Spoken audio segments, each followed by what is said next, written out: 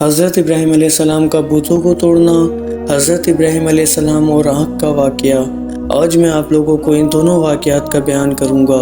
السلام علیکم دوستو، ویڈیو شروع کرتے ہیں اللہ کا نام لے کر جو بڑا نہایت رحم کرنے والا ہے۔ حضرت ابراہیم علیہ السلام بہت ہی بڑے نبی گزرے ہیں۔ دنیا میں جب بت پرستی کا زور ہو گیا، لوگ بتوں کو بناتے اور خود ان کی پوجا کرتے۔ حضرت ابراہیم علیہ السلام کے والد بھی بت بناتے تھے اور بتوں کو خدا سمجھتے تھے۔ حضرت ابراہیم علیہ السلام بھی بچے ہی تھے۔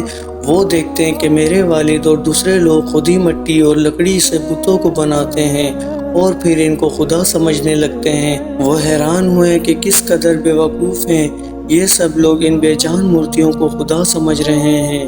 حضرت ابراہیم علیہ السلام ان لوگوں سے کہتے کہ تم لوگ کیوں ان بتوں کو پوجتے ہو؟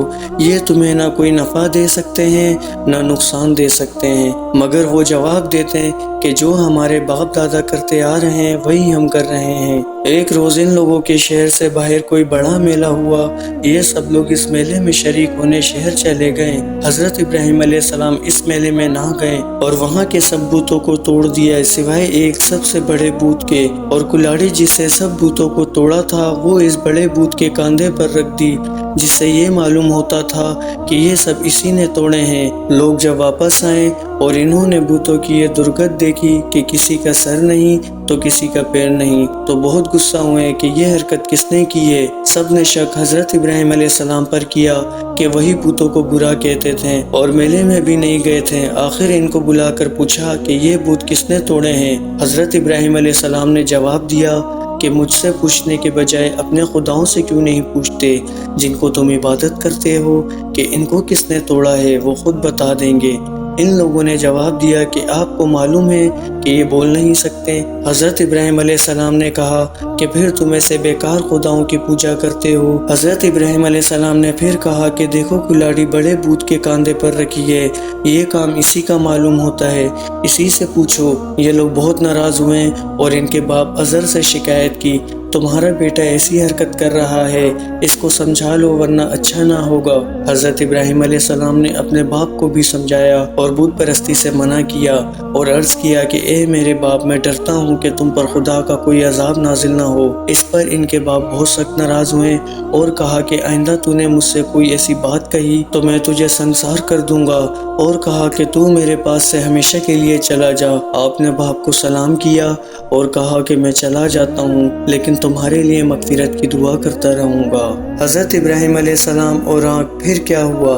وہاں کے بادشاہ نمرود کو جو بہت ظالم اور بت پرست تھا، ان سب باتوں کا پتہ چلا کہ عزر کا بیٹا ابراہیم لوگوں کو بتوں کی پوجا کرنے سے منع کرتا ہے اور ایک خدا کی دعوت دیتا ہے، تو اس نے ان کو اپنے دربار میں بلایا اور آپ سے جھگڑنے لگا۔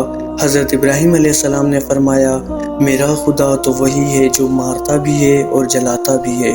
نمرود نے کہا، میں بھی مار سکتا ہوں اور جلا سکتا ہوں۔ چنانچہ اس نے ایک قیدی کو جس کو سزائے موت کا حکم ہو چکا آزاد کر دیا اور ایک بے گناہ کو پکڑ کر قتل کر دیا اور کہا کہ اب بتاؤ کہ میرے اور تمہارے خدا کے درمیان کیا فرق ہے؟ حضرت ابراہیم علیہ السلام نے کہا کہ میرا رب ہر روز سورج مشرق سے نکالتا ہے، تم اسے مغرب سے نکال دو۔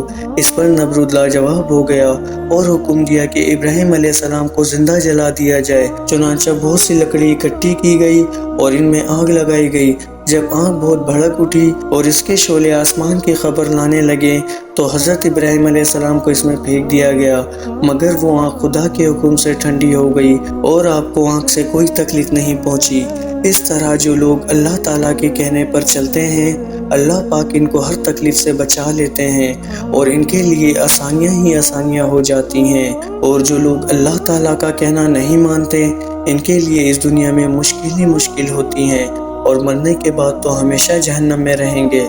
السلام علیکم ویورز، آپ دیکھ رہے ہیں منال ٹی وی۔ ویورز، آپ کو اگر اسلامی ویڈیو پسند ہے تو میرے چینل کو سبسکرائب کریں اور بیل آئیکن کا بٹن دبائیں تاکہ میری ہر آنے والی ویڈیو آپ تک پہنچ سکے۔ شکریہ، اللہ حافظ۔